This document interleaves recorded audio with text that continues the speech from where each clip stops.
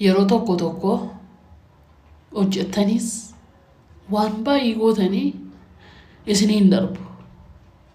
Jireenya akka barbaadanitti jireenyi akkasiin barbaadanitti isiniin jiraatamu. Kanaafiyyuu biyya lafaa kanarraa wanti boqonnaa namaa kennu yoo jiraate du'a qofaadha. Anis amma guyyaa irratti waan hojjedhee isin jibbisiisee isin gaddisiisee warri jirtan dhiifama naa godhaa. Anaafi guyyaan irraa guyyaa boqonnaa kootiiti. Yeroo gaarii qabaadhaa. Jechaan qabu bakka. Anaaf kun guyyaa dhumaati. Guyyaan boqonnaa koos har'adha. Isin jaalladha. Yeroo gaarii. Guyyaan kun akka dhuftu ergixeenyaan tureani. Kanaafiyyuu anaan amma jireenyi nagayeera. Hojjedhee jireenya jiraadhus argeera. Warri isin gaddisiise dhiifama. Maatiin koo, obboloonni koo, hiriyoonni koo hundi keessan dhiifama guddaa naa godhaa. Anaan kana booddee boqonnaa kan naa kennu hojii yookaan gaa'ela osoo hin taane kana booddee boqonnaa naa kennu du'a qofaadha. Kanaafiyyoonis bakkaanii fidadhe deemaan jira waanta ta'eef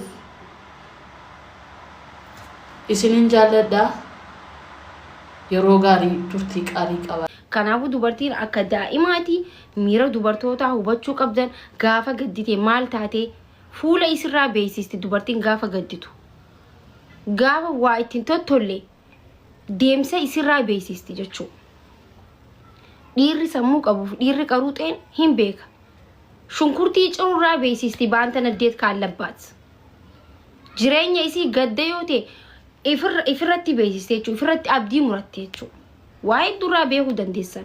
Sinigalee kanaafuu dubartiin isiniif waa hunda waan ta'eef hubadhaa dubartoota. Hubadhaa gizee hundani jannatan. Kabraa fiduu hin dandeessa. Maa of ajjeestan. Namni isin hubatu yoo dhabame rabbiin isin hubata.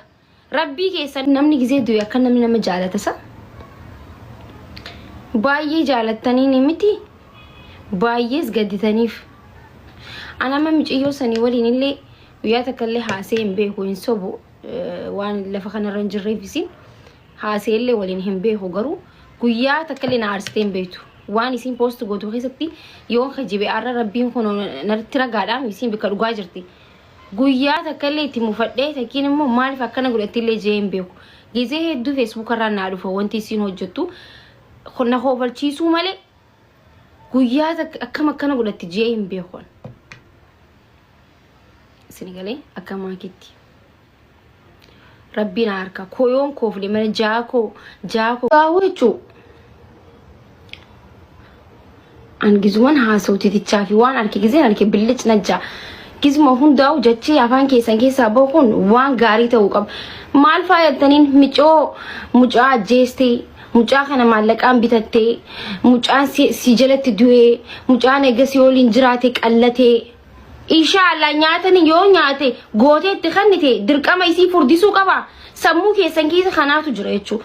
Namni tokko gaafa ol fuudhe takiin gaafa waliin jiraate fireenditee qallatee furdateettan. Inshallah nama yoo nyaate illee hin furdanne jechuudha. Dubartiin takka isa furdisuudhaaf dirqamni irra jiru jechuudha. Gabbaachuu? Sinigalee? Sammuun keessan gizuma hundaa kana huqqate ajjeeste. Qallate nama fakkaatu jettan bibalaa sawummaa imasilsan taalla. Khabiddeen haadha keetii waggaa 30 nyaattee deebistee abbaa manaa keetii 30 nyaattee kana man fakkaanne meeqaatu jira jechuudha. Isinigalee miti dhugaan isinitti himaa bar. Dhiisii maaliif dhiisa dhugaa walii himne yoo ka wal sirreessinu taane dhugaa deemnee wal sirreessine jechuudha. Mooraali nama cabsa. Nam tokko akkas ta'e akkana ta'e maallaqaan bitatte yoo jaalala siin jaan hamilee nama cabsa sinigalee.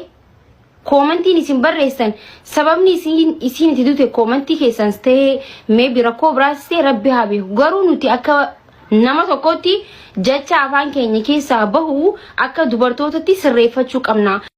Abbaan manaa isiillee qayyorooti malee yaagabaal nama meeqa arkine jira kabultii horate ilmaan illee horate qabeenya illee horate jiraatu hajaartiin jalaa duute meeqa jira jechuudha hajalaa duute waggaa osoo hin turin torbaan baatii sadiitti illee fuudhu arkine jira jechuudha waan haarawaa miti.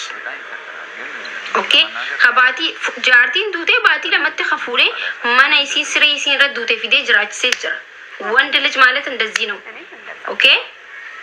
wallahi አዲስ ነገር አይደለም ኦብሲ ማኪ ማል ኦብስ ዋዱ ብቻ ጅራ ዋንቲ ዱበርቶታ ናማ ጉባጊስ ተከተከ በጣም ነው የሚያቃጥለኝ አንዱ በርቲ ጋፋ ሙርቲኒ ሲዱዋተው ኦፈጄሱተው ኦፍ ደርቡተው ፎቂራ አከቲ አነጉቡ ፍነመረሩ አናቱ ቢከቹ ታውን ቀቡ ዱበርቲን ጀብዱ ስትሮንግ ተው ቀብዲ ዱበርቲን ረኮ ሁንደ ሞቹ ቀብዲ ዳንከን ማኪን ጀው የመጣባትን ችግር ሁላ ማለፍ አለባት ሴት ልጅ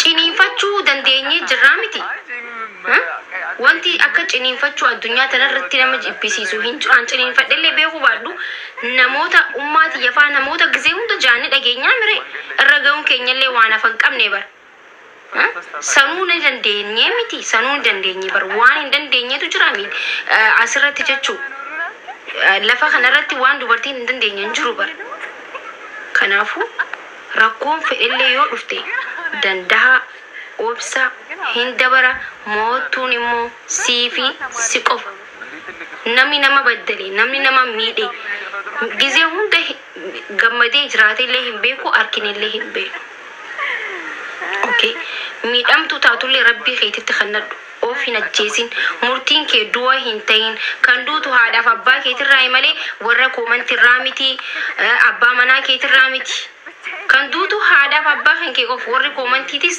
warri miidiyaatis jidduma xiqqishoo takka iyyee tuma achuma